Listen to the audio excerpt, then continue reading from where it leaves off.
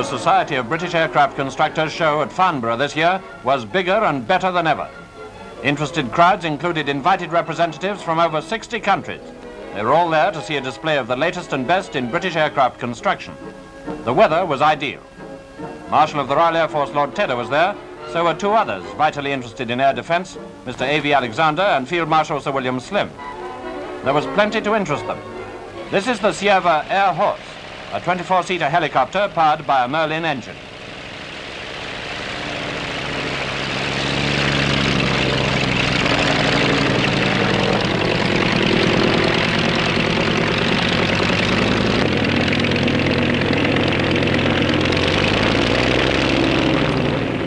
Outstanding among the bombers was the Canberra B-1 made by the English Electric Company, a medium-range turbojet of tremendous speed and maneuverability.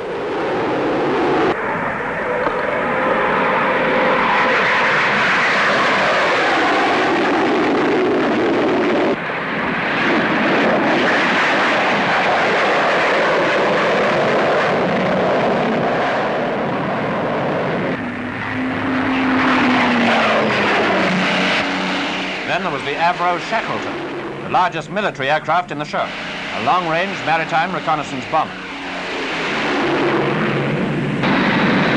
With the accent on peace, or so we hope, civil aircraft were obviously very much to the fore. Here's the de Havilland Comet, a 36-passenger jet airliner and the first of its kind in the world.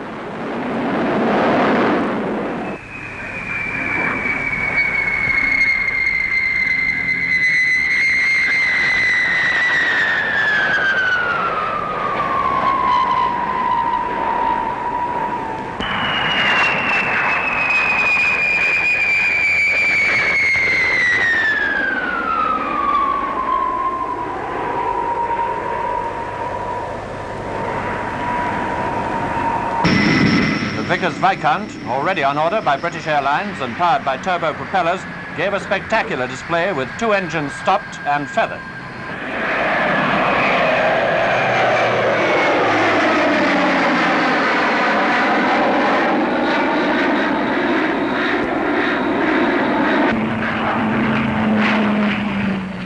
The Hermes 5 from the Handley Page stable, a pressurized 40-seater, again powered by turbo props.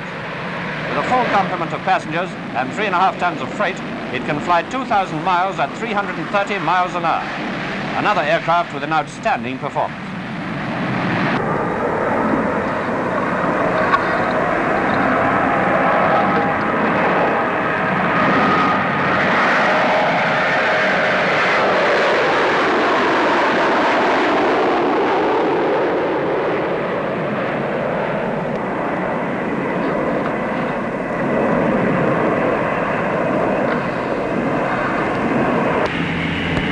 The Apollo fills the gap between feeder planes and the larger machines. Mamba turboprops provide the power, and up to 30 passengers can be accommodated.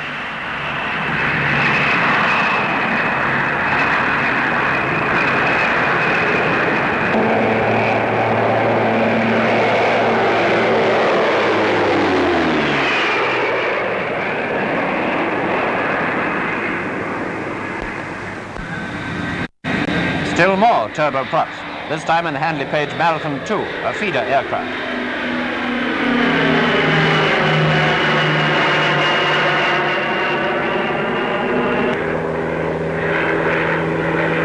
She was another machine to show her paces on only half power.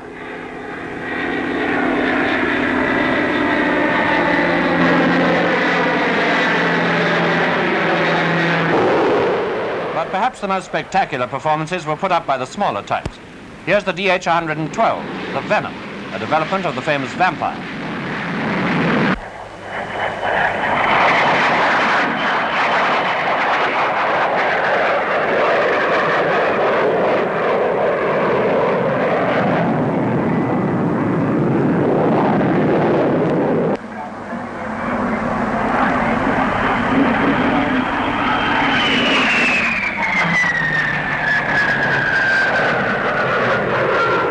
Another factor in the improved jet performances this year was the system of boosting known as reheat.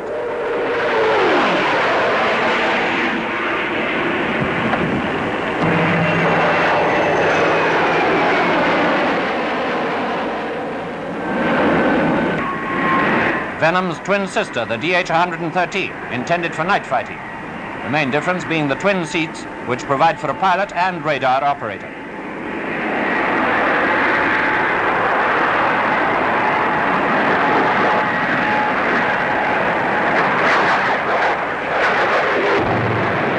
The Meteor, fitted with 2 Avon jets, is the most powerful fighter in the world.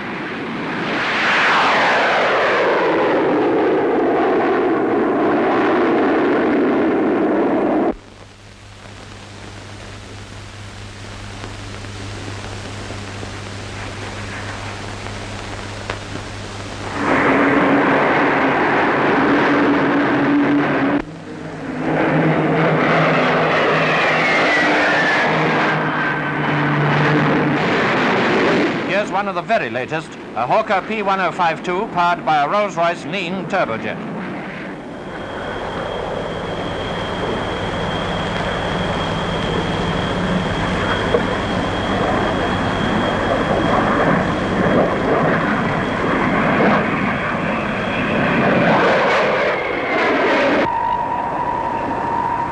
And what's rumoured to be the fastest aircraft in the show, the Vickers Supermarine 510, an experimental supersonic job.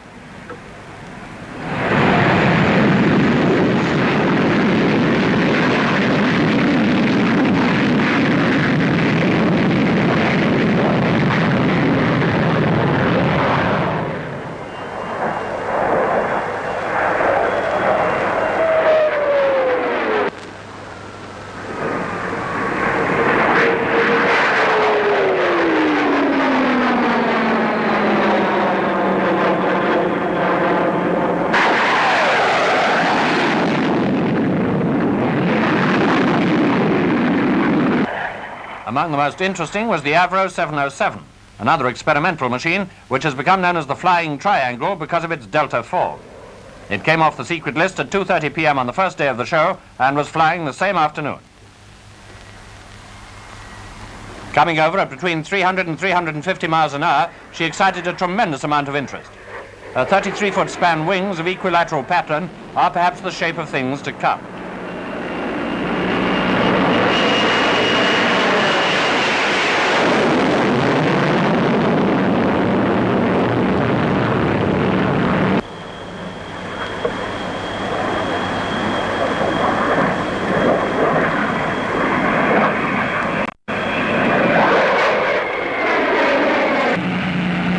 There were 2 distinguished visitors.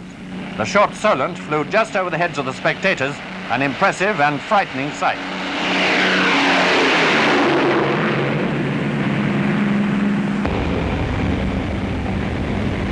And Britain's biggest aviation achievement, Brabazon, took off from Bristol to fly to Farnborough.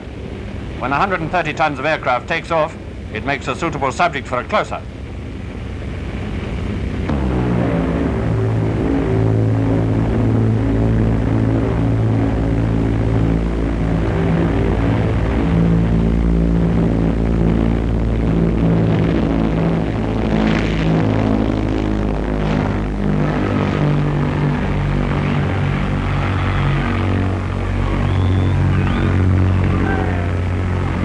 The 100-seater airliner came over at really low level, a magnificent spectacle at a magnificent show. In fact, the greatest air show the world has yet seen.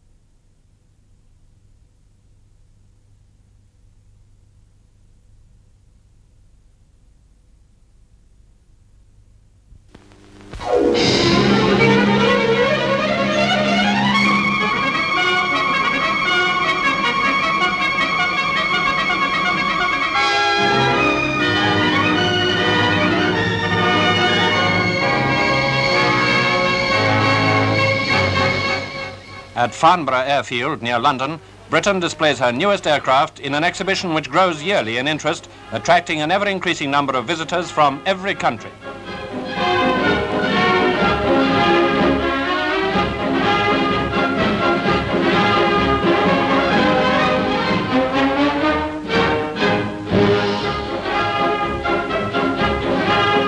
58 aircraft are on show, many for the first time.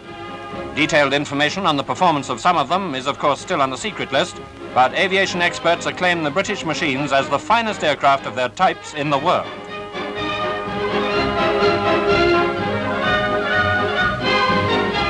Naturally, in these uncertain times, designers have given considerable thought to the fighting services. On view was the ground attack version of the Meteor, surrounded by the remarkably large and varied range of weapons which it carries. Claimed to be capable of carrying 4 1,000-pound bombs, it's also fitted with rocket boosters.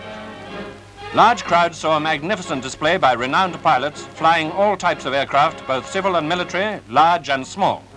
Among them, Scotland's Pioneer 2, a 4 to 5-seater light transport.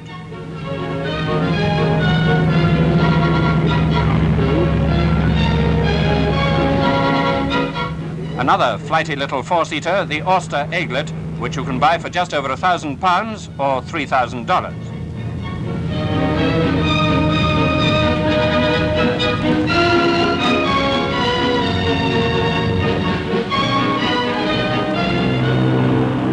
A remarkable contrast is the 130-ton Brabazon. This enormous machine, with its 8 2,500 horsepower Bristol Centaurus engines, is of course the world's largest land airliner.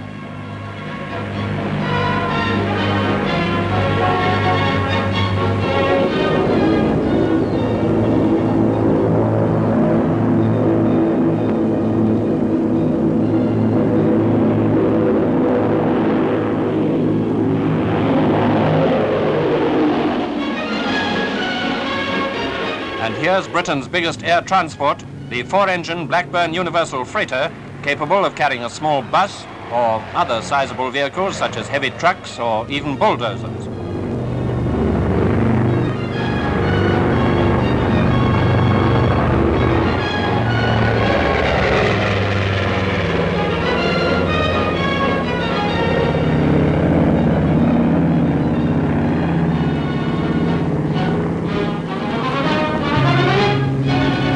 Specially designed for anti-submarine work, the experimental short SP3.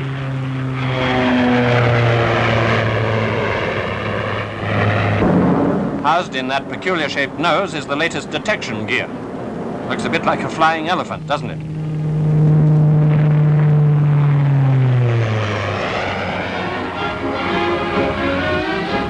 Serving as a feeder liner is a beautifully shaped aircraft, the new de Havilland Heron.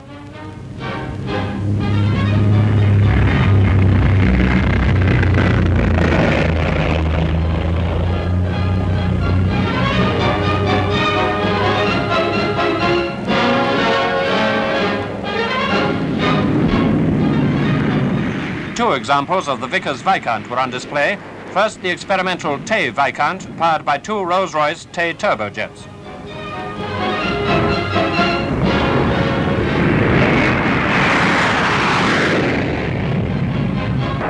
Then there was the Viscount 700. This 50-seater medium-range airliner with a cruising speed of 312 miles an hour is powered by 4 turbo-propeller engines. She's here seen flying with 3 of them feathered. Originally intended for service on the European route in 1952, owing to heavy holiday traffic during the summer of 1950, the prototype was brought into service on the Paris run nearly 2 years ahead of schedule. Still supreme, the world-famous long-range jet airliner de Havilland Comet has a cruising speed of 490 miles an hour. It's in production for BOAC and Canadian Pacific Airlines.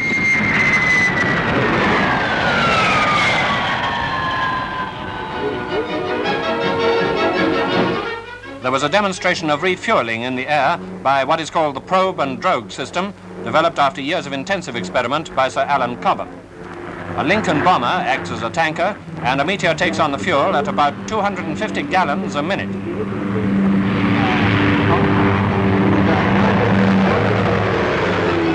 An automatic cutoff prevents loss of fuel when the 2 aircraft separate. Now the process is repeated. Flight refueling may be one of the most significant modern developments in aviation, with far-reaching effects in both civil and military fields.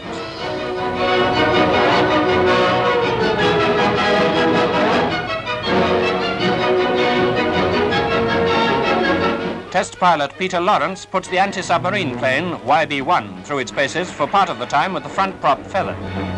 It has an Armstrong-Siddeley double-member turbo propeller. Largest single-seater striker fighter in production for the Navy is the Westland Wyvern TF-2.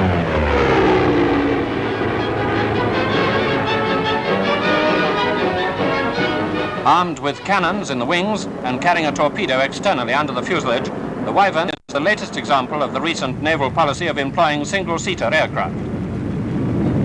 A high-altitude research aircraft is the Ashton, built by A.V. Rowe.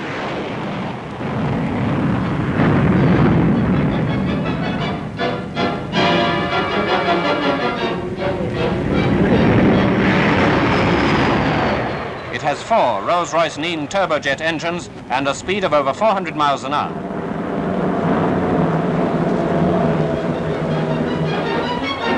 Of great interest was the Avro 707B.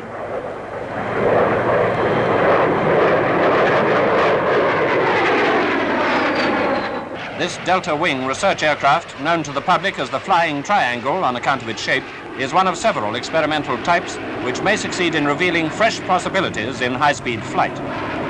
Coming in to land low and fast, the pilot uses a tail parachute to act as a brake.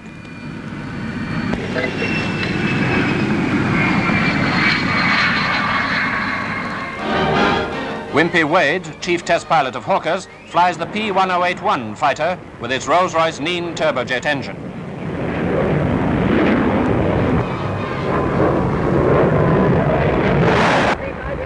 It certainly travels like greased lightning.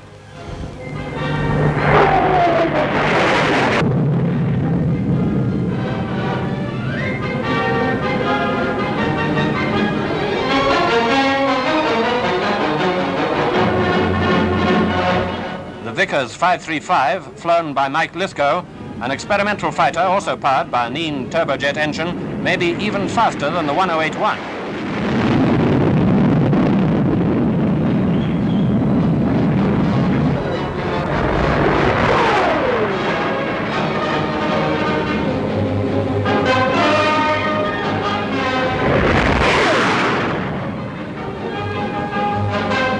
It was squadron leader Jan Zurakowski who gave perhaps the most spectacular performance of the show with the Meteor 8, powered by the latest Armstrong-Siddeley Sapphire engines, the most powerful yet designed.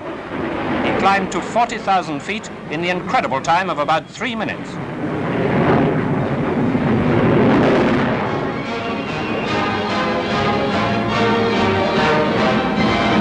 Finally, Wing Commander Roland Beaumont, chief test pilot of English Electric, pilots the latest version of the Canberra jet bomber, which is now going into production for the RAF.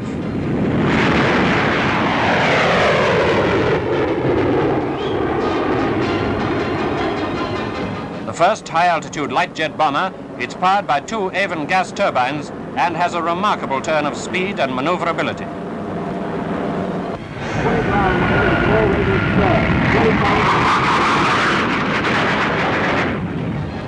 So this year's Farnborough display demonstrates once again that Britain excels in the field of aviation.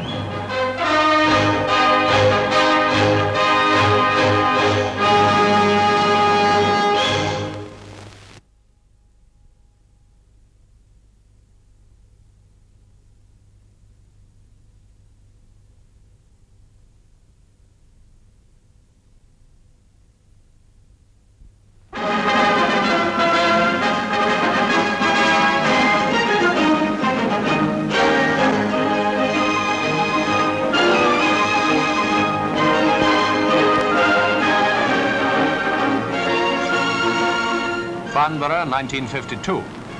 Farnborough has become a famous name in any language, and the Farnborough Show is now firmly established as one of the most important events of the year in Britain.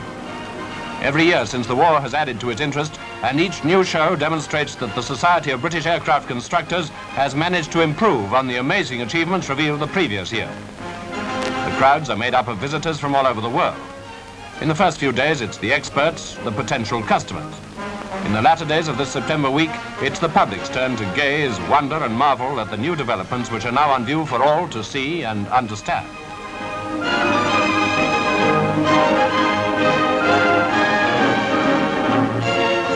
And how many astounding new developments there are. If it was only for the advent of the new Bristol Britannia, the year would have been notable. But in addition, there's the new Delta wing aircraft, the habitual piercing of the sound barrier, and the introduction of the Comet on the air routes of the world. One of the visitors particularly interested in what he saw was His Royal Highness the Duke of Edinburgh. Now for some miscellaneous camera impressions of the flying display, the civil aircraft first.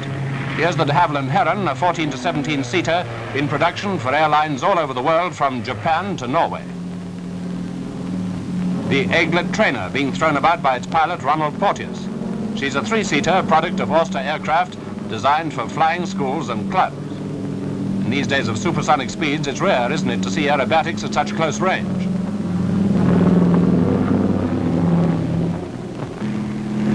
The Skeeter helicopter is a 2-seater made by Saunders Roe. Korea has proved the military value of the small helicopter. Its civilian uses are a challenge to the imagination. By contrast, here's the Bristol 173 helicopter. This is the world's first helicopter to have twin-engine reliability. She can, if necessary, fly on only one of her 2 engines. The 173, still in the early development stage, is designed to carry about 14 passengers and may be the city-to-city bus of the future. In the meanwhile, we can take pride in the proved successes of today. The Vickers Viscount can claim the honor of having been the first turbine-powered airliner to carry fare-paying passengers in 1950. She's a turboprop type, not a straight jet.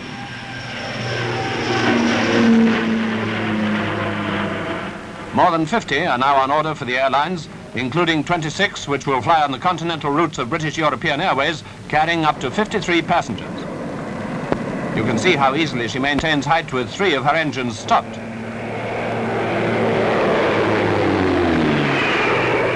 The first commercial jet airliner, the most sought-after aircraft in the world, is, of course, the Comet. That's the Comet being used as a test bed to demonstrate, experimentally, rocket-assisted takeoff with the Sprite. Here we show a Canadian Comet due for delivery to Canadian Pacific Airways. De Havilland, with their Comet, shot several years ahead in design for the long-distance air routes of the world. 36 passengers are carried on stages up to 1,750 miles. Later versions will have increased range and will also carry more passengers. They'll become familiar in the air and on airfields everywhere. So will the turboprop Britannia, which we've already seen on the ground. For flights in which the speed of the Comet is not all important, the Bristol Britannia is the ideal airliner. She has a large carrying capacity, anything from 60 to 100 passengers. BOAC, who have ordered 26, believe that the design of the Britannia will prove to be the most economical and efficient ever conceived. A lovely, graceful machine, her evolution ranks as a milestone equal to the regular services of the Comet. In that evolution, as in the development of all successful aircraft, the test pilot plays an enormously important part. Farnborough this year poignantly emphasized the hazardous nature of the test pilot's contribution. Here are a few who put on the marvelous show which this film is trying to picture for you. Peg, Britannia. Trubshaw, the Viscount.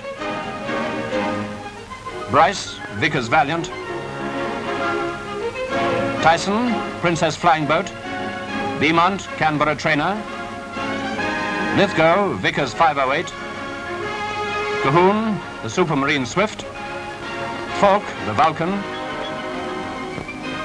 Waterton, the Gloucester Javelin. The late John Derry of the de Havilland 110 with his observer Tony Richards, the 2 men who were killed in the distressing crash. And Neville Duke, the Hawker Hunter. The launching and successful first flight of the long-range Saunders Roe Princess Flying Boat had been one of the big aviation events of the summer. Now the huge vessel wings proudly over Farnborough on her 10 engines. 4 of the turboprop engines you can see are coupled units. Her accommodation for 102 passengers could be converted to carry 250 troops if need be.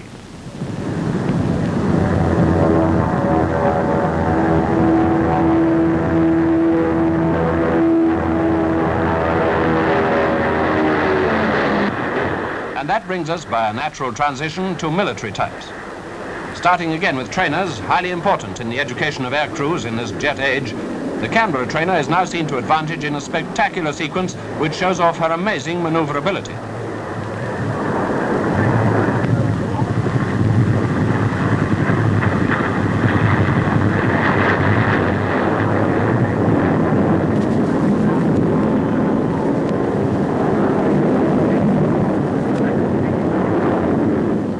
No wonder the Canberra has caught on in the United States and is being built in Australia as well. A creation of the English Electric Company and also being built by such well-known firms as Shorts, Handypage and A.V. Rowe, she is now being supplied to the Royal Air Force.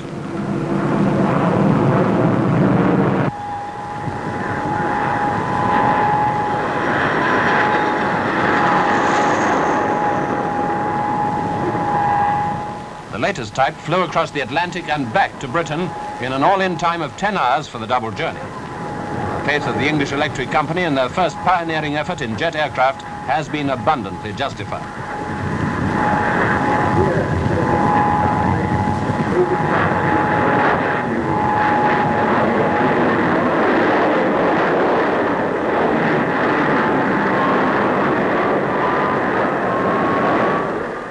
A new phrase, super priority, has been invented for Britain's rearmament drive, and in super priority production for the RAF is the Supermarine Swift.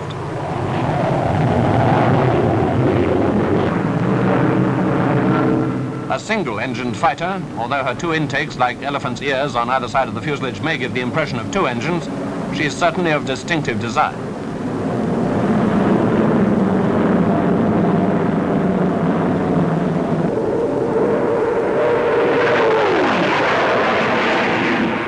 She has a London to Brussels record to her credit, averaging 665 miles per hour for the 200 miles. That is completing the journey in just over 18 minutes. The most revolutionary fighter in super priority production for the RAF is the twin-engined, delta-winged Gloucester Javelin.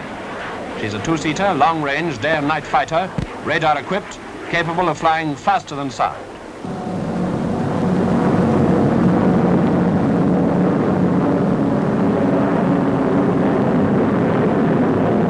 Is the Delta the design of the future? Many authorities seem to think so. Experiments are being conducted by a number of aircraft constructors since the war, but the Javelin is the first Delta fighter to be put into actual production.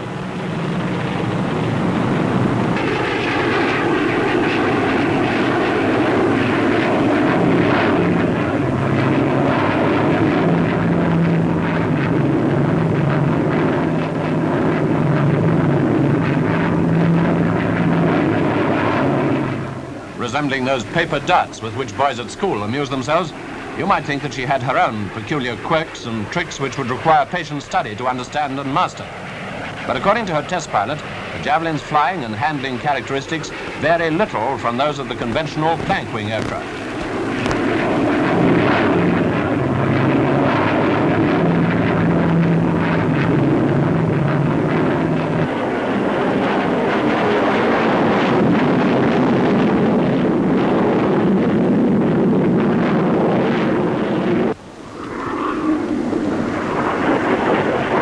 Notice as she banks and climbs that she leaves a trail behind each wingtip. This peculiar effect is created by atmospheric conditions, not exhaust fumes.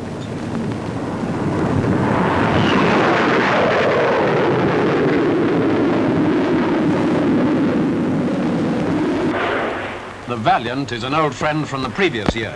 She was ordered by the Air Ministry straight from the drawing board and first flew in May 1951. With her 4 Rolls-Royce turbojet engines, she's believed still to be the most formidable bomber of her class in the world and is, of course, capable of carrying an atomic weapon. One of the great achievements of the firm of Vickers Armstrongs and, of course, in the super priority class.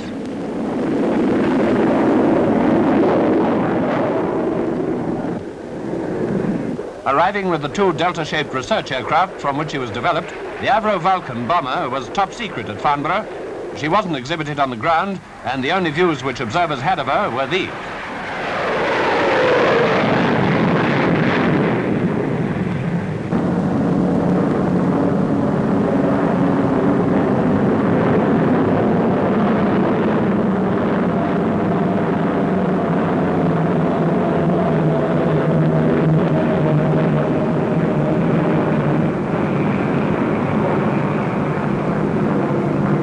like the Javelin, she may represent the shape of things to come. Experts say the Delta design is certain to give great speeds over longer ranges at higher ceilings with maximum economy of operation.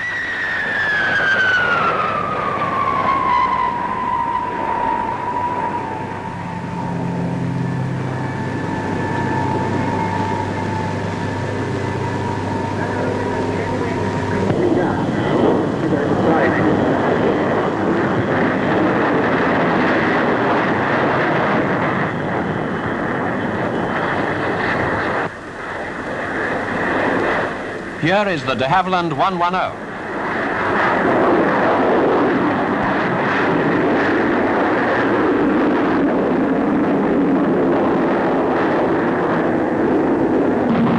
John Derry regularly on successive days put this twin-engined multi-purpose fighter into a supersonic dive.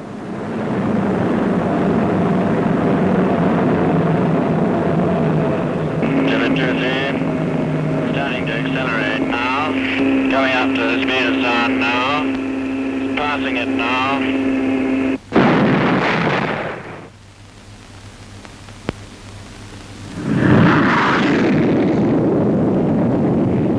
On one occasion, the Minister of Defence, Lord Alexander, was there to see him do it.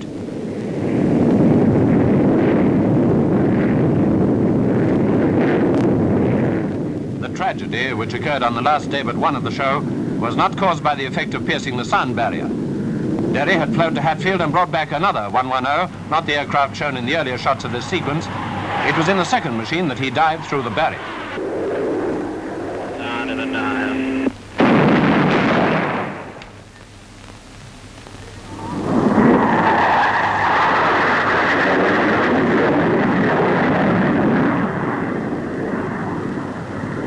Then he straightened out and circled the aerodrome. The catastrophe occurred when he was preparing to come in for his low-level flypast. Suddenly, the aircraft was disintegrating in the air, with engines and debris being hurled towards a section of the crowd. In spite of the tragedy to the 110, the test pilot of the Hawker Hunter, Neville Duke, forthwith took off his single-seater swept-wing fighter into the air for another supersonic demonstration. It was in a way a tribute to John Derry that his fellow test pilot paid in carrying on immediately with the activities which they had both pioneered. So the Hawker Hunter, which is also in super priority production for the Royal Air Force, shows off her dazzling qualities before the Farnborough crowds.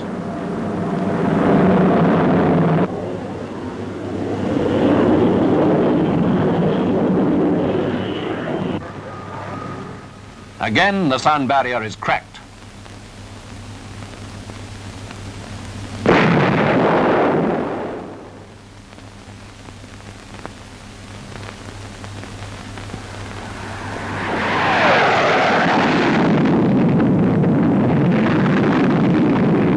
The Hawker Hunter, faster than the American Sabre or the Russian MiG-15, is the lineal descendant of the famous Hurricane.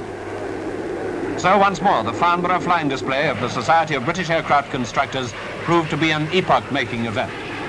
There had been tragedy, which had served as a reminder of the courage of pioneers, but the overriding impression was of new advances in the story of man's mastery of the air.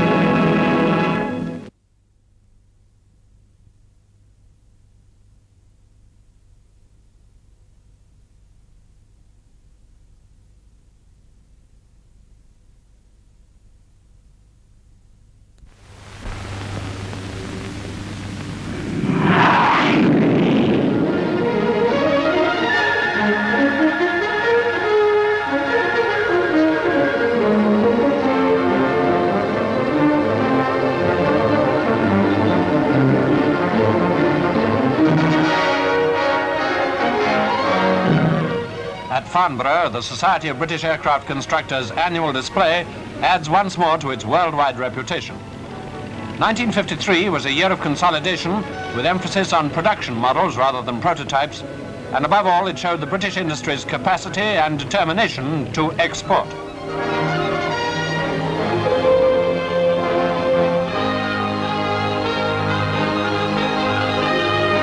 Visitors come to this show from over 90 different countries. One of them, King Hussein of Jordan, flies his own plane, a Dove.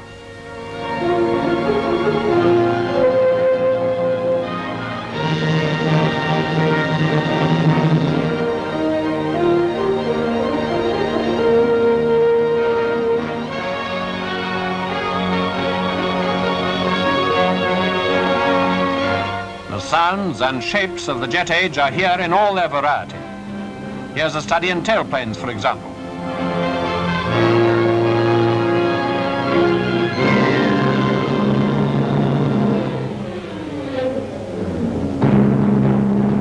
Now the flying sequences and the civil types. First, the Vickers Viscount, the world's first turboprop airliner. Familiar now to all air travelers in Western Europe where it's in regular service.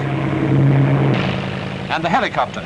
Here's the Bristol 173 or rotocoach with twin engines. The pilots demonstrating its ability to use small enclosed spaces. This year, the 173 appears in new form with small stub wings which take 30% of the load off the rotors. The Auster Eaglet, the light aircraft par excellence. Cheap to buy and the sort of aircraft which is popular with farmer and businessman. This model has dual controls for training.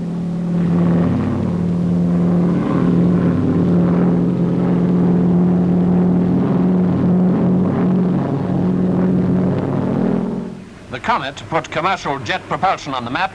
The Comet 2, seen here, has more powerful engines and a greater range than the earlier model. It carries 44 passengers on stage lengths of over 2,000 miles and will soon be taking the South Atlantic in its stride. This large new freighter, the Blackburn Beverly, may look cumbersome in the air, but it carries over 20 tons of freight and can operate from small airfields with grass runways. It's on order for the Air Force, and commercial types are also being developed.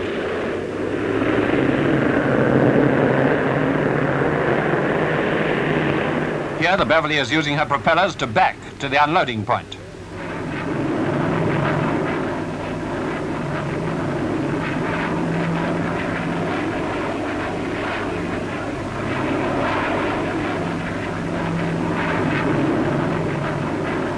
The Princess flying boat, making a slow-speed fly-past over the runway, is fitted with turboprop engines of the same basic type as those in the Britannia.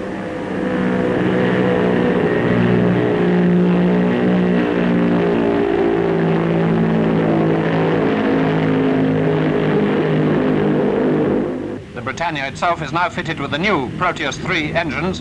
It can carry 100 passengers in solid comfort over very long ranges.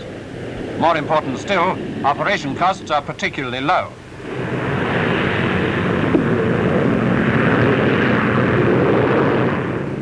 As the Britannia is brought into land, you get a glimpse inside the control tower. For these controllers, handling aircraft with speeds varying from 100 to 700 miles an hour is a day-by-day achievement, and a very responsible job it is. Olympus, Canberra, taxi on over. Now let's turn to military and research types. Since the Canberra became the first British jet bomber to fly, she's added quite a string of firsts and records to her name. Here in a particularly spectacular climb is the Olympus Canberra, which holds the world's height record, 63,668 feet. The Canberra is being built in the United States and Australia as well as in Great Britain, and she's also in service with the Venezuelan Air Force. The DH-110 is under development for the Royal Navy. Although not a newcomer to Farnborough, it's worth noting the maneuverability of this two-seater aeroplane, which has beaten the sound barrier with no trouble at all on numerous occasions.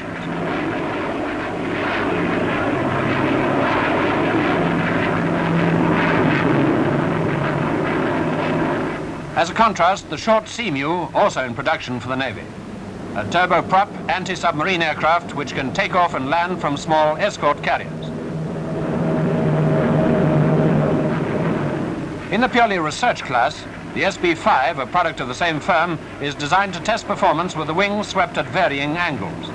Here they're set at 60 degrees, but they can be moved back still further to 69 degrees.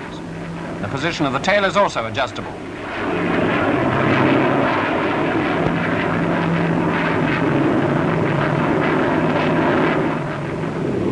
Another research aircraft, the Bolton Paul 111A, a very fast little delta wing type.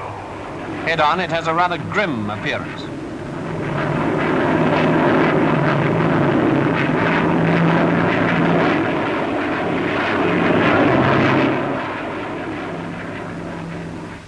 Among the fighters on show is the two-seater radar-carrying Gloucester Javelin.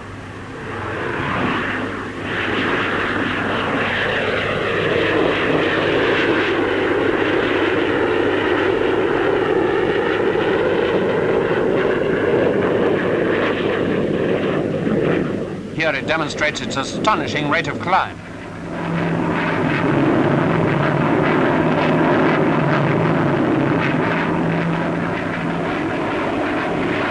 The Javelin, in super priority production for the RAF, has the delta wing, which makes it extremely maneuverable at both high and low altitudes. It's powered by two Sapphire engines.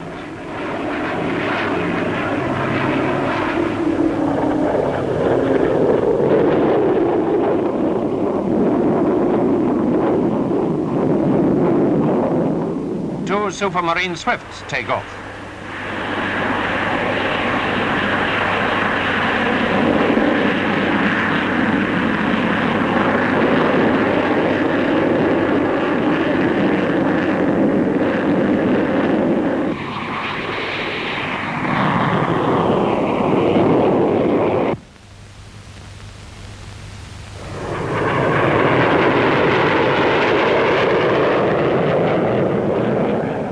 Speed, climb and firepower, the Swifts are important newcomers to the fighter strength of Western Europe, and that's probably the impression formed by General Grunter, Supreme Commander of Shape. The Hawker Hunter has broken some important world speed records, and here's test pilot Neville Duke with his record-breaking machine in a slow fly past over fun.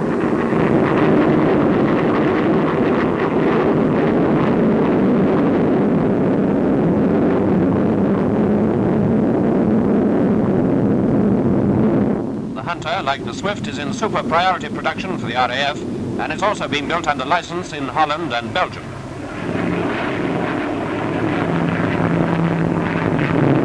She too can fly at supersonic speeds.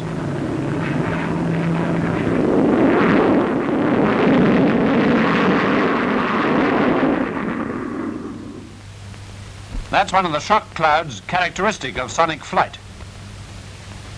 Now, wait for it.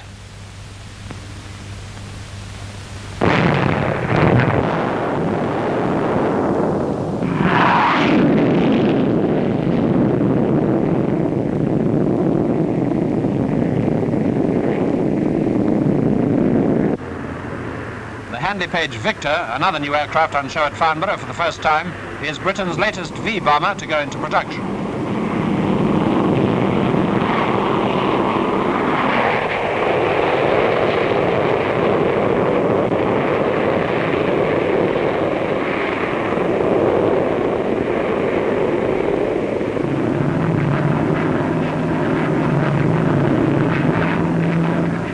Victor has crescent or scimitar wings, which its designers claim share the advantages of the delta and swept wings, thereby producing good high-altitude performance and easy landing.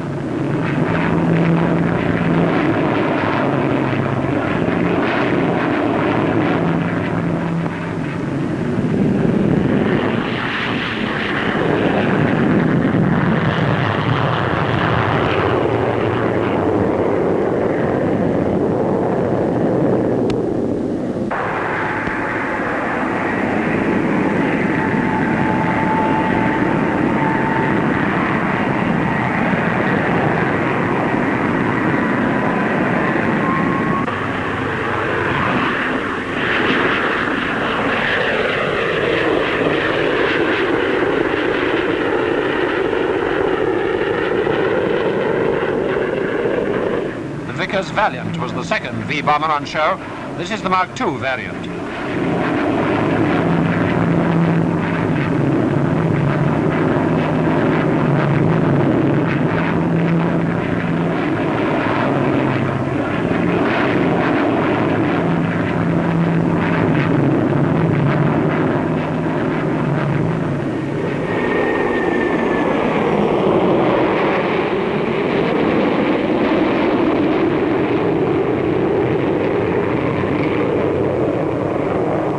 Now the third V-bomber, the Vulcan. The Vulcan, the world's first delta-wing bomber, is in production for the Royal Air Force.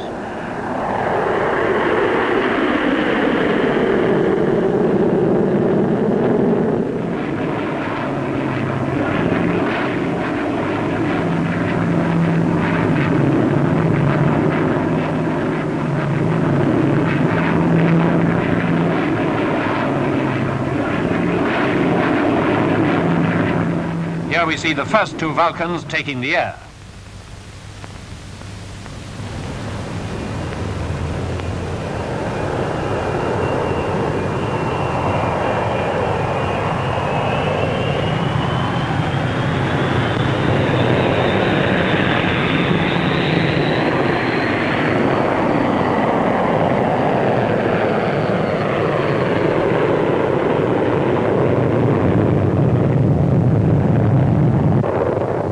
Flying in formation with the small experimental Avro 707s from which they were developed, they passed majestically by, bringing to a close the display of this year's aircraft. But progress continues, bringing to Britain greater prosperity and security in this jet age.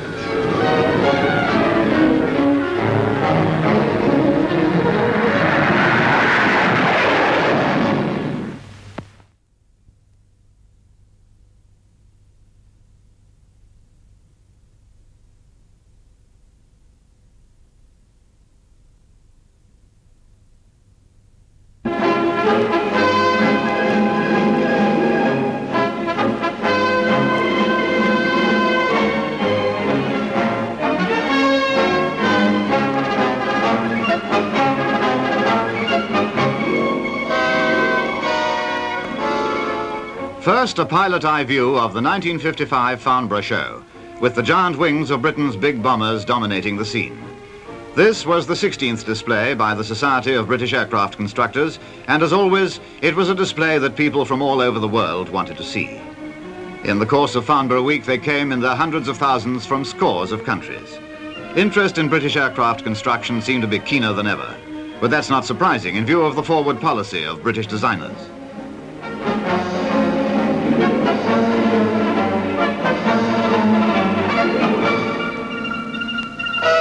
Among distinguished visitors to the display was America's General Grunter, Supreme Commander Allied Powers in Europe. The First Sea Lord, Admiral Lord Mountbatten. Prince Bernhard of the Netherlands, himself an expert pilot, had flown over. The Italian Foreign Minister was another of many important overseas visitors. And here's Mrs. Pundit, India's High Commissioner. Everyone who went to the show certainly found plenty to see and examine. The assembly of aircraft was comprehensive, from the supersonic experimental to the brand new utility. Military aircraft were prominent, with emphasis on attack. All shapes and sizes were on view, from a new look in fighters to the latest V-bomber.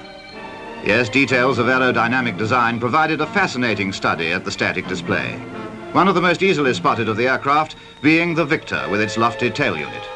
Then, streaking out of the clouds, the Comet opens the fly past. Development work on this aircraft is leading to the new Comet 4.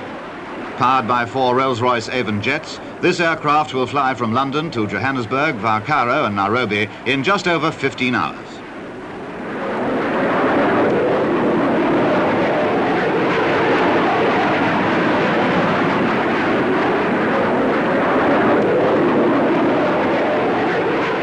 Scottish Aviation's twin Pioneer can take off in less than 100 yards.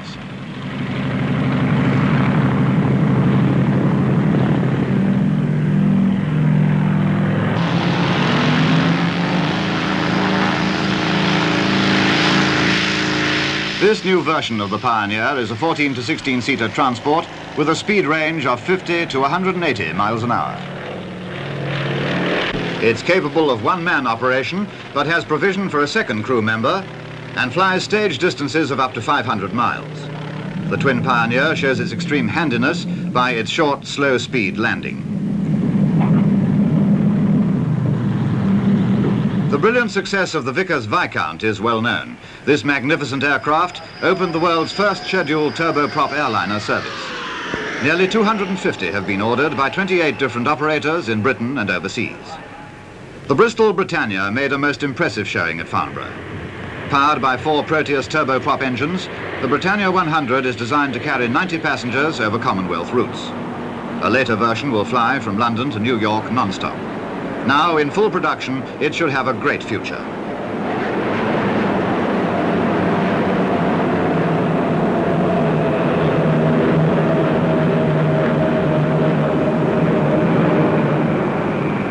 The Handley Page Herald is a newcomer to Farnborough. It's a 36 to 44-seater medium-range transport with a cruising speed of 200 knots. 29 have already been ordered by 3 operators, one of which is Queensland Airlines.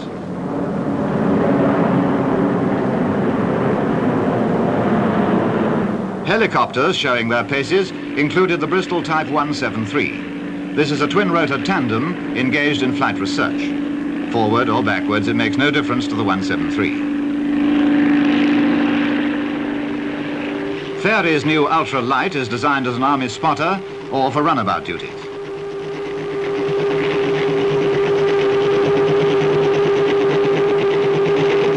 As in the case of the Ultra Light, so in another new Fairey product, the Jet Gyrodyne, a research helicopter, the rotor is driven by compressed air jets at the blade tips. In cruising flight, most of the Gyrodyne's power is transferred to 2 propellers on the stub wings. The Saunders Row Skeeter 6 is a 2-seater light helicopter designed for civil use. It's powered by a Gypsy Major engine and has a maximum speed of 100 miles an hour. Helicopters, of course, are coming more and more into the picture. Sir Anthony Eden adopted this most direct and convenient form of transport when he came to inspect the Farnborough show. The Prime Minister was starting a tour of service establishments, and he made a point of getting plenty of close-ups here.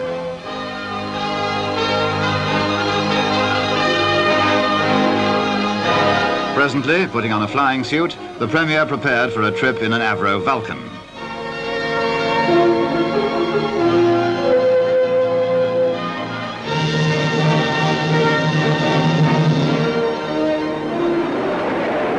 This aircraft is the world's first Delta Wing 4-jet bomber.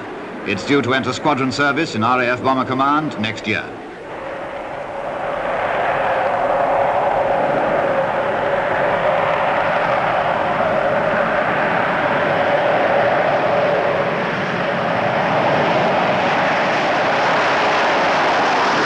During his flight, Sir Anthony himself handled the controls and is reported to have been greatly impressed by this great and formidable machine. The Vulcan has flown at over 50,000 feet near the speed of sound. Avro test pilot Roland Falk, flying over Farnborough, put the giant bomber into a perfect roll as if it were a fighter. A spectacular achievement and a spectacular machine.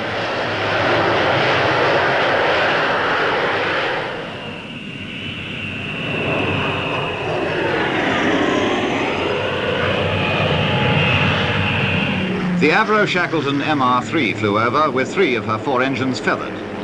Short Seamews, 2-seater light anti-submarine aircraft, flew past in formation.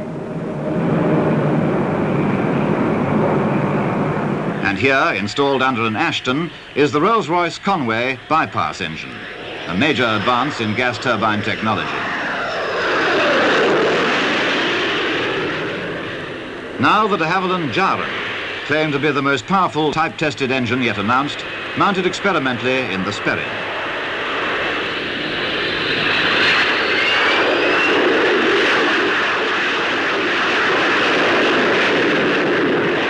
One of Britain's already famous V-bombers is the Handley Page Victor in super priority production.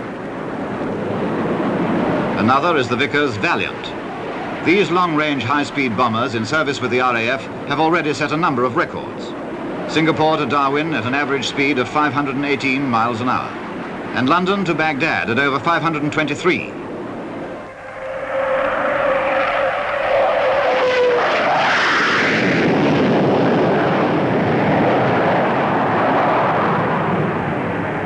The Avro CF-100 is a 2-seater long-range all-weather fighter.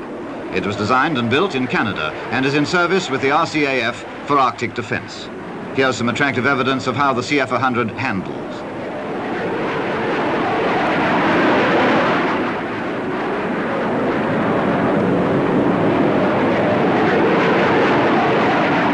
Spectators presently had a particular thrill when they saw the English electric P-1, the first British aircraft to exceed the speed of sound in level flight. Now Squadron Leader Tennant prepares to take up the Folland Nat-1, a development of the Midge.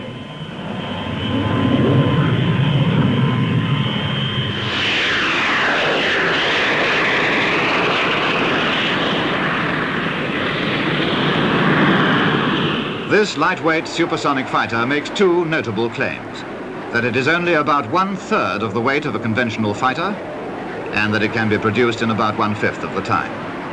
The British Ministry of Supply has ordered a number of Nats for development flying.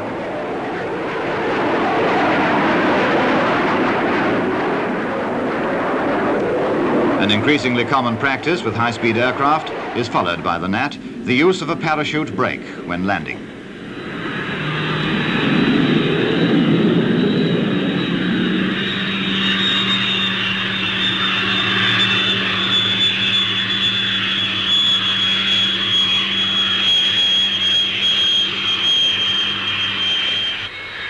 The Fairey Delta II has an elongated nose which can be lowered to give the pilot a good view forward. In this case it's being raised and the pilot takes off with the nose in normal position.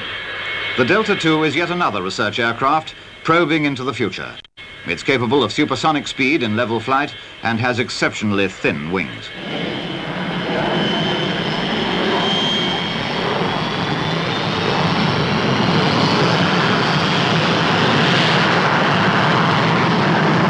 These impressions of its flying demonstration seem to indicate that it will do anything demanded of it.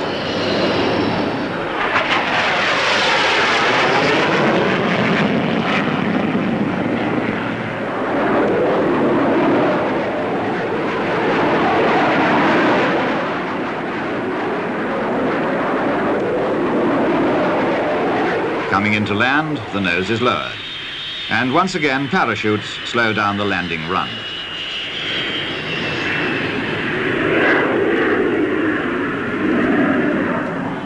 Now another Delta, the Gloucester Javelin. This long-range, all-weather, radar-equipped fighter is designed to carry a most advanced electronic and guided weapon system.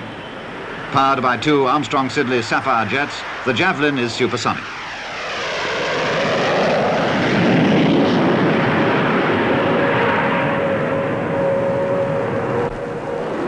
Finally, to round off this great show, the Hawker Hunter. The Hunter F4 can be equipped with plastic drop tanks, 100-gallon tanks that don't affect the aircraft's handling qualities. It also has special attachments for underwing weapons.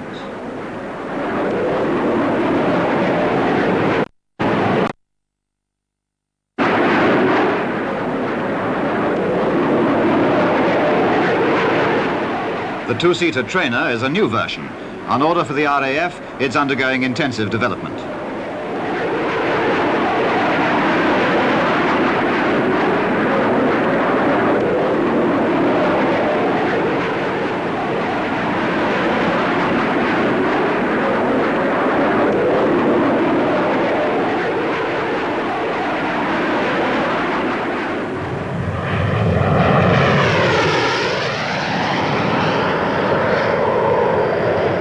Earlier Hunters have already completed their first year of squadron service with the RAF.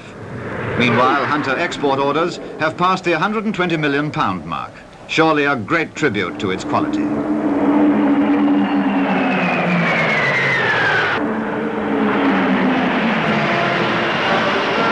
Undoubtedly, the flying display by these British fighters thrilled all who were watching. The formation roaring overhead was certainly a highlight of this Farnborough flypast.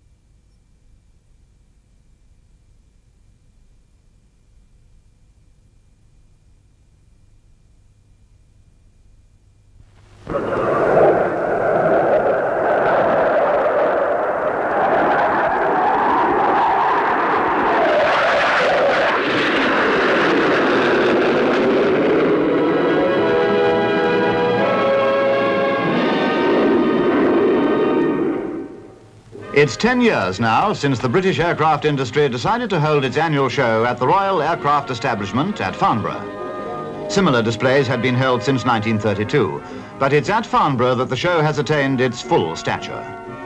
Size and variety alone distinguish it as the largest display of its kind in the world, and that's no small achievement for a national display.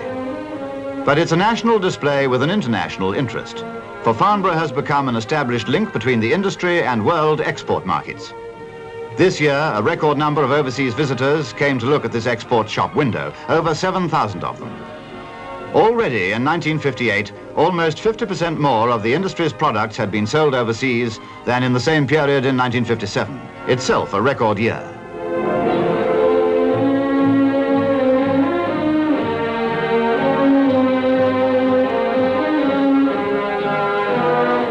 Let's have a more detailed look at the aircraft on show. The Westland Westminster in its first public appearance. One of the largest helicopter projects ever undertaken in Britain, this version is an aerial crane for heavy loads.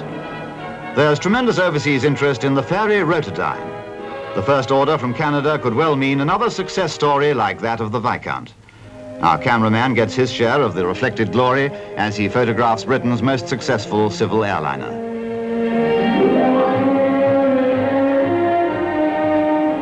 Now here's something which isn't yet for sale, but which is attracting widespread world interest. It's the short SC-1, a research vertical takeoff machine. It's designed to study the transition between hovering and forward flight. A significant machine pointing to the future development of flight. Farnborough's a flying show, and I expect you're waiting to see some, highlighting the services contribution, Seahawks of the Royal Navy.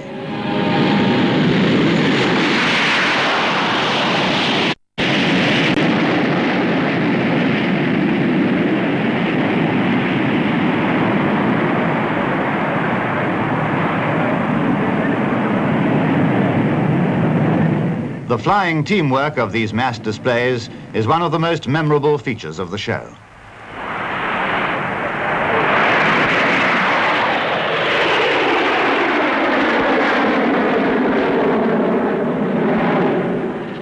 Jumping grasshoppers must have inspired this bouncing baby, the Fairey Ultra Light, a two-seater runabout.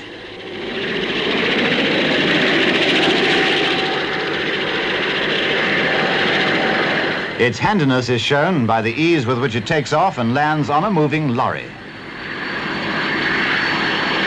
With its first flight only a month or so earlier, the Saunders Roe P531 is Britain's latest helicopter. It's a five-seater general-purpose machine. Another Saunders Roe product, the Skeeter, seen here with the 531, has been bought by West Germany. The Westland Wessex, in production for the Royal Navy, is a very advanced anti-submarine helicopter. Have you ever seen a helicopter do this before?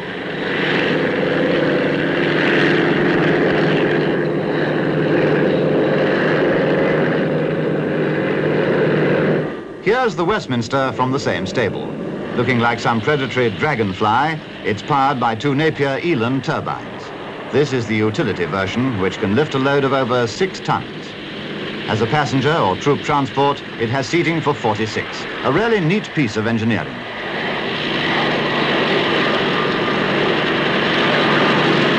Another Napier unit, the Gazelle, powers this new helicopter, the Bristol 192. Mechanics cover the air intakes, leaving only one power unit in action. Both engines being synchronized, it's possible to drive the two rotors on one engine. As Europe's largest military helicopter, this safety factor is a big consideration.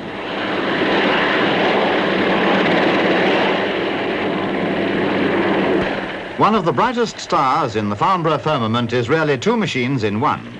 Fabulous is a well-worn word, but the Fairey Rotodyne gives it a new significance as the world's first vertical takeoff airliner. With the rotor idling, it flies like a fixed-wing aircraft. For takeoff and landing, compressed air from the two turboprop engines is ducted to pressure jets on the rotor blades. It's among the most dramatic machines ever shown at Farnborough.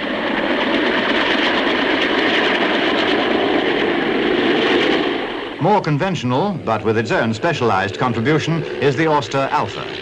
Here, fitted out as a crop sprayer, this low-price aircraft is adaptable to a variety of uses in a variety of climates. Hunting aircraft present the latest version of their Jet Provost, in production for the Royal Air Force as the world's first basic trainer for jet pilots. By replacing initial training on piston engine planes, jet pilots reach a far higher standard faster. Here's a slow roll by numbers. The docile Provost is on the pilot's side all the time.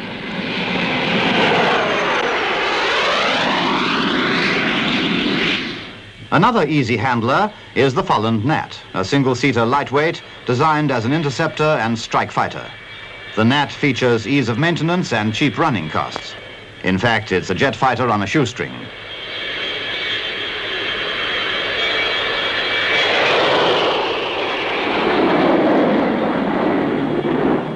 Another service machine is the Fairy Gannet for the Royal Navy.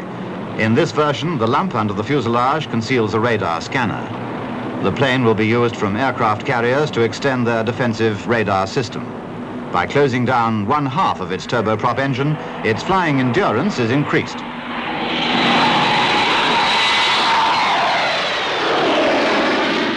Now let's step up the speed with the well-named English Electric Lightning, or P1 as it used to be called. It's an all-purpose fighter ordered by the Royal Air Force. Its Rolls-Royce Avon jets give it a top speed of around 1,500 miles an hour, while it can be fitted with a rocket engine for high-altitude flying.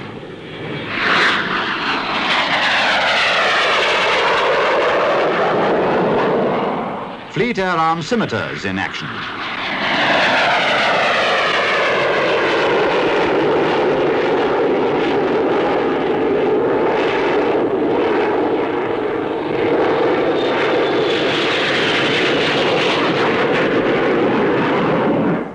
Hawker Hunters have been adopted by the air forces of Belgium, Sweden, Denmark, Peru, Iraq, Holland, Switzerland and India. This is a Mark 8 two-seater, a special version ordered for the Royal Navy.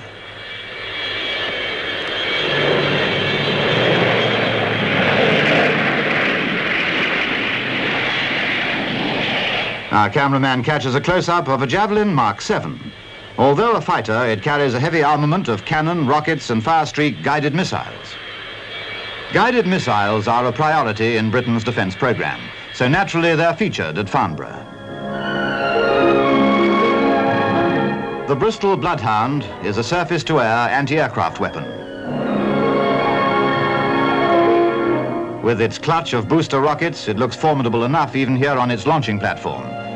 But we can get a far more impressive idea of its capabilities if we watch a film of Bloodhound on the scent.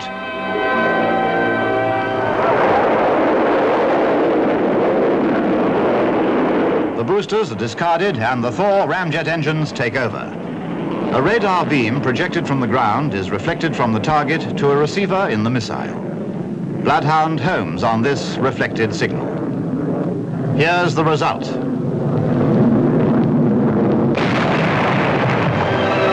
Quite a performance, especially as this missile had no warhead.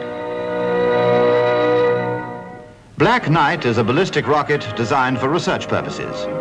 During this Farnborough show, we were to hear the dramatic announcement reporting that Black Knight's first flight in Australia had been an unqualified success.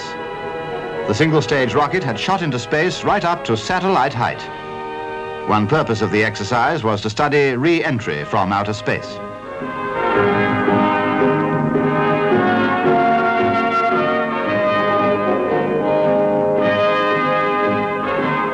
Now for Britain's latest warplane, the first of a new type. It's the NA-39, and as you'd expect, it caused a great stir among the Farnborough audience.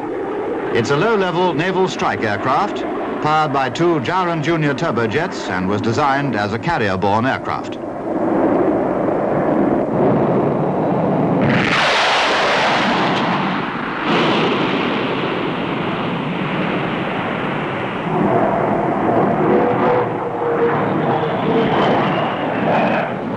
In contrast, and further stressing the variety of planes at Farnborough, here's Hunting Percival's President, a passenger and freight transport.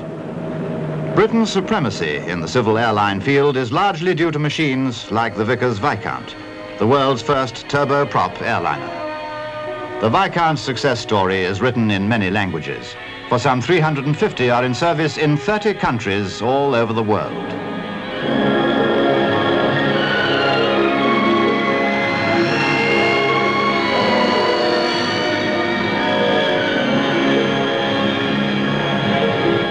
By all accounts, another success story is about to begin, with de Havilland Comet as the title.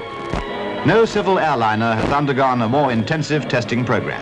This version is the 3B. Notice the effect of reverse thrust from the 4 Rolls-Royce Avon jets as the huge airliner touches down.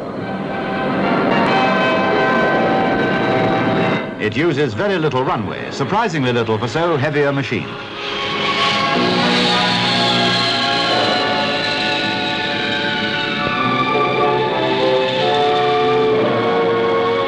Now, the Comet 4.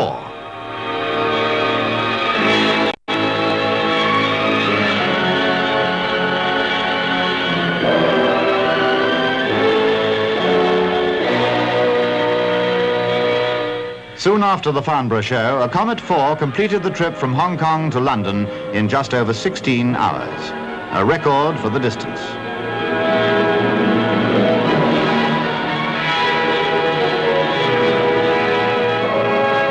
The Vulcan V bomber, another big fellow, but watch how responsive it is. The Vulcan was the world's first 4-jet delta wing bomber, and it's a mainstay of Britain's V-bomber defense force. This latest version, the B-2, gives greater range, altitude, and performance.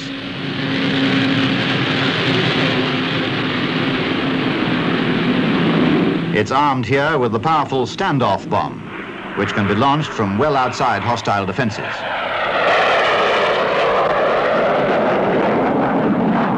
Another of the V-bombers, and the biggest of them all, is the Handley Page Victor. It certainly looks businesslike, to judge from the sinister expression on its face.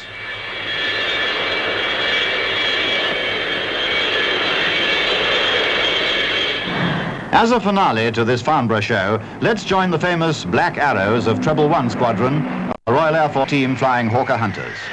22 aircraft looping the loop. If you don't believe it, watch the ground turning over. So another Farnborough show is over. But for the industry who presented it, another year's work lies ahead to improve the breed. There's a great challenge to face. But this is a great industry.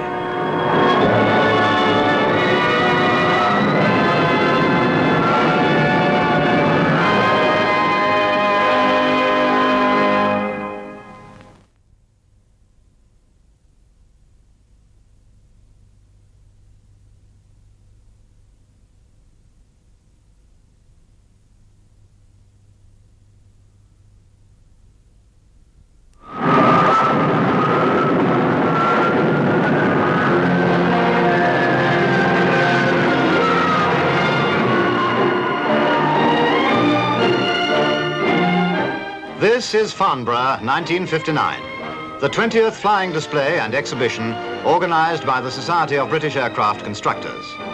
Farnborough in southern England, the largest and most famous air show in the world. It reflects the growth of a whole industry, and its success is the success of British aircraft. One of the fascinations of this industry is its variety. One newcomer isn't really a plane at all. But as a revolution in transport, the hovercraft is attracting great interest at home and abroad. It may one day be as much in demand as the Viscount, which has earned a premier position on the air routes of the world. There's always a tremendous overseas interest in Farnborough, but never before has the show attracted so many visitors from abroad. Their numbers reflect the importance of the industry in world markets. Indeed, the first 8 months of the year had set an export record. And there was every sign that 1959 would be an all-time high. Since the war, overseas buyers have spent nearly £900 million on British aviation products. And exports are now running at the rate of £3.5 million a week.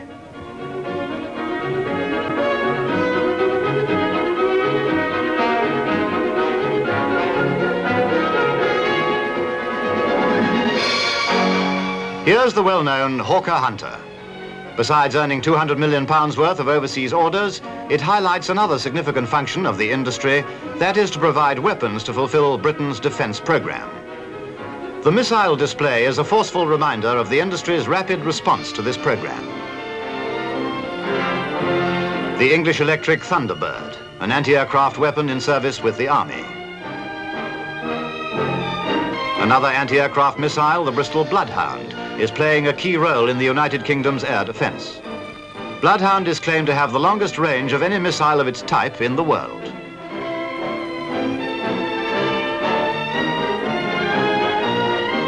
The Black Knight research rocket was designed by the Royal Aircraft Establishment in collaboration with the builders Saunders Roe. It's a rocket for high-altitude research.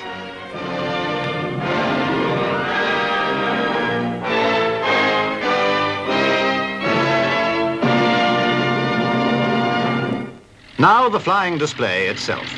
The show lasts for 7 days, and the daily climax begins with the aircraft being towed out and made ready for flight.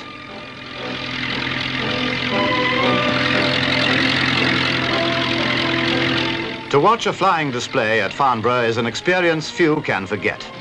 The variety of machines, the impeccable timing of their performance, the stopwatch regularity of takeoff and landing. There's always a tremendous thrill of anticipation about it.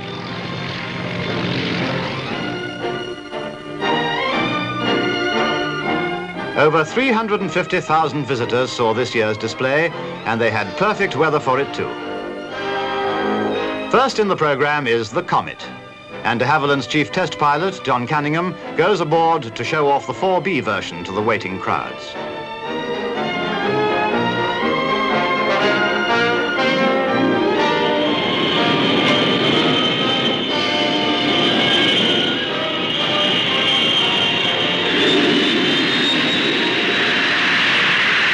Powered by 4 Rolls-Royce Avon jets, its takeoff run is exceptionally short.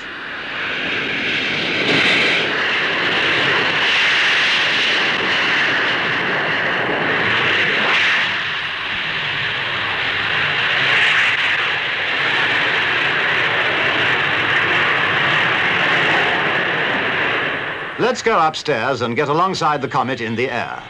This is one advantage of seeing Farnborough on film. Wearing the colourful new livery, British Europe operating early in 1960. The standard Comet 4 is already in service with BOAC and other airlines. The use of reverse thrust enables it to operate from quite small airfields.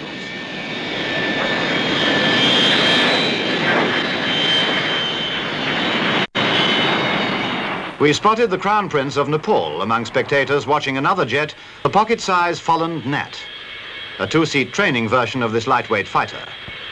Incidentally, this prototype had only flown for 10 hours before its Farnborough appearance. It's a development of the single-seat fighter beyond.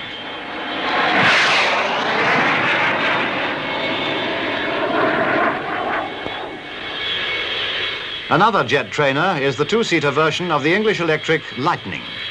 This machine first flew in the spring of 1959, and it has the same performance as the fighter version. In other words, it's fully supersonic.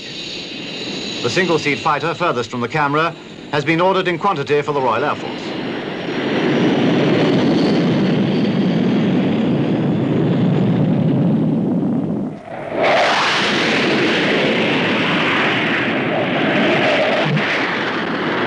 Blackburn Aircraft's contribution in the transonic field is the NA-39, a 2-seater strike aircraft for the Navy designed to give the high speed and accurate control needed for low-level attack.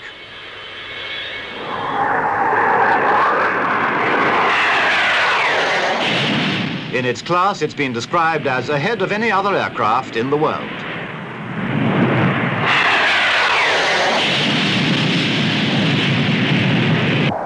Always a Farnborough highlight, formation aerobatics by the services. A twinkle roll, a new maneuver by scimitar jets, introduces the pilots of the Royal Navy, the men of 807 Squadron. Let's follow the fighter bombers in a formation roll, flying as if linked by invisible threads, while earth and sky revolve around.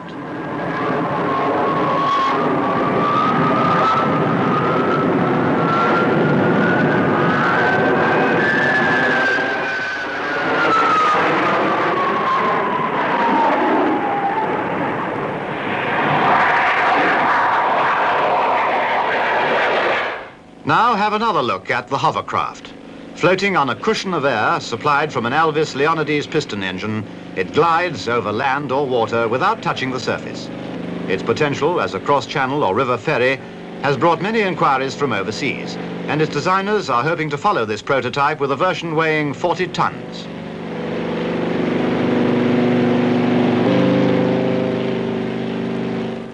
In striking contrast, here is the tremendous power potential of the V-bomber. Watch this fantastic takeoff of the Avro Vulcan.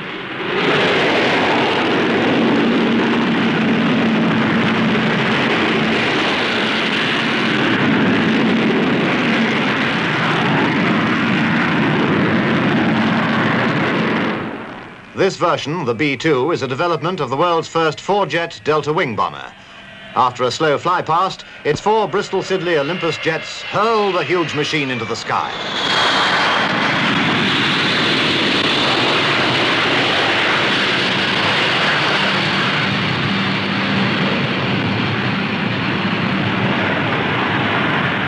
From jets to turboprops, the Handley Page Herald with well-tried Dart engines making a spectacular picture. It's a medium-range passenger or freight transport.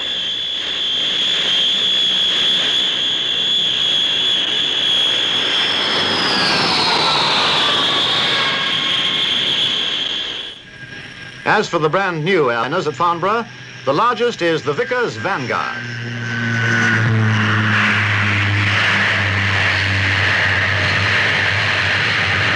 This machine has made a tremendous impact both at home and abroad. The reasons aren't hard to find. Vickers claim that its economy with Rolls-Royce Tyne engines could cut many passenger fares by 50%. Its design is the result of their experience with over 400 Viscounts. The whole thing was neatly summed up by the president of Trans-Canada Airlines, who have ordered 20. As good as the Viscount, but twice as big.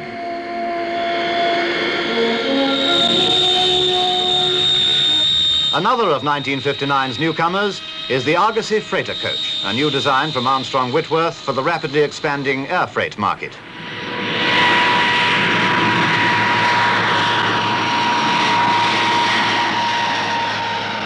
With its Dart turboprops, it can operate from almost any existing airfield, and that's a must for any multi-purpose machine.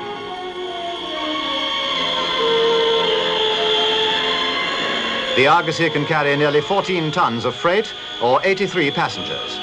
It can be used as an air ferry for cars and passengers, and there's a military version which has been adopted by the RAF. In whatever capacity, its great feature is economy.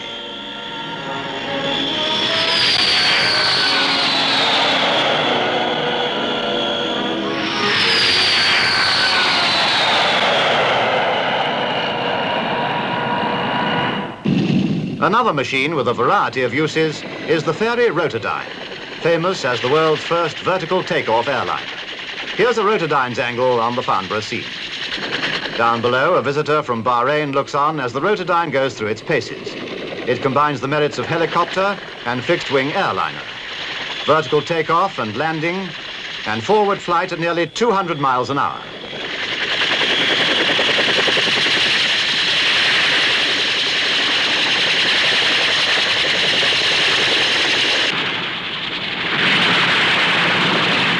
The production version will carry 65 passengers. Now, what's all this? A cabin full of nurses gives a vivid example of the capacity of this remarkable machine.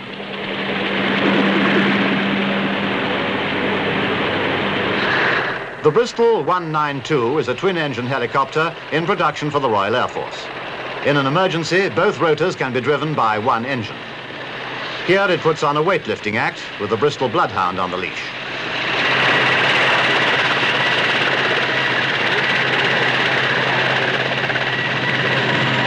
Led by the Westminster Flying Crane, here's Westland's helicopter cavalcade.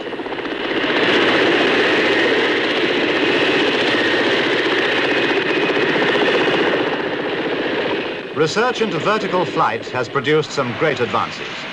The short SC-1 is a Delta wing research machine powered by 5 Rolls-Royce jets. It uses the thrust of 4 of them to give vertical lift. The other one drives it along. The lifting jets can also be inclined to give a forward thrust or directed forwards to act as a brake.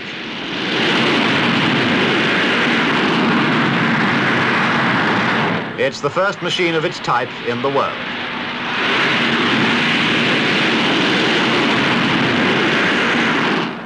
Now back to the runway where Hawker hunters are lining up for one of Farnborough's aerobatic displays. These are the men and machines of Treble 1 Squadron Royal Air Force, known collectively and expressively as the Black Arrows.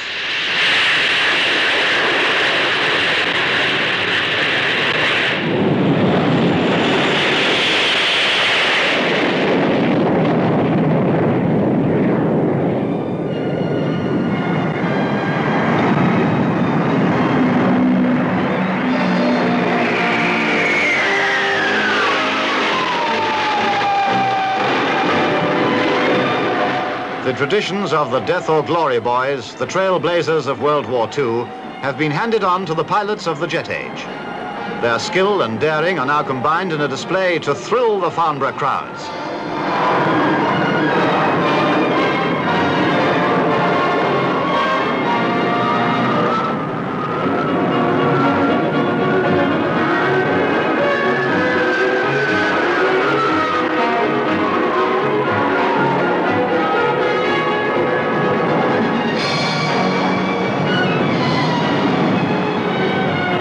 The hunters dive in a spectacular bomb burst over the field. And we reach the finale of this Farnborough flypast.